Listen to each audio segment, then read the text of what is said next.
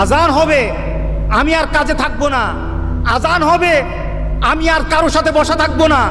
আজান হবে, আমার বাবু যদি আমার কাছে থাকে, আমি আমার বাবার সাথে থাকবো না। আজান হবে, গোটা পৃথিবীর কোনো ব্যক্তি যদি আমাকে ডাকে, ওই ডাকে সাড়া দেব না, আগে আমি আল্লাহর ডাকে সাড়া দেব। Rose TV 24. Enjoy by listening to the Holy Quran.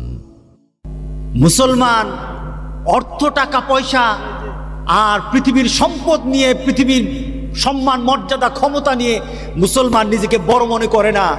মুসলমান বড় মনে করে ঈমান নিয়ে, আমল নিয়ে। সুবহানাল্লাহ বলেন না? মুসলমান কি নিয়ে বড় মনে করে?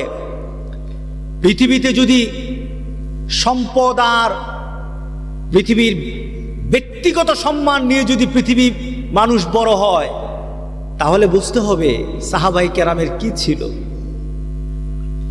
আমার রাসূলের ঘরে কি ছিল। যারা জান্নাতের সুসংবাদ পেয়েছে দুনিয়া থেকে, তাদের ঘরে কি ছিল? কিছুই ছিল না।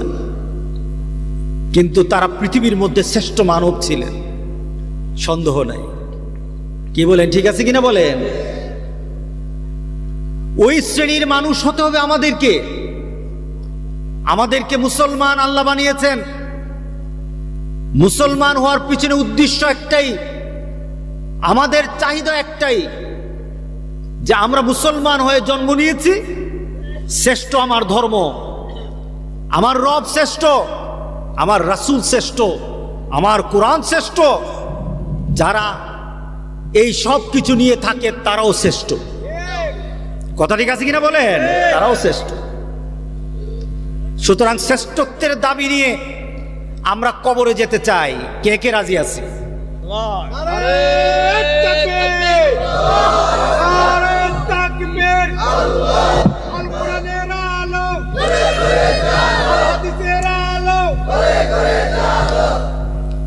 ও মুসলমান,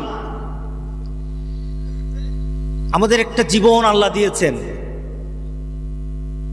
জীবনটার দাম কত এটা বড় কথা নয়,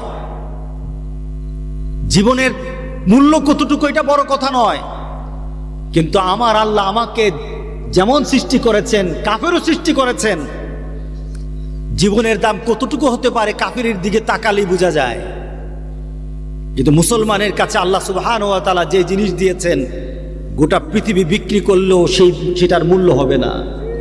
সেটার নাম কি? ঈমান। বলেন, সেটার নাম কি? ঈমান। যে মুসলমানরা ঈমান বুঝে না, তারা আল্লাহকে চিনে না। যে মুসলমানরা ঈমান বুঝে না,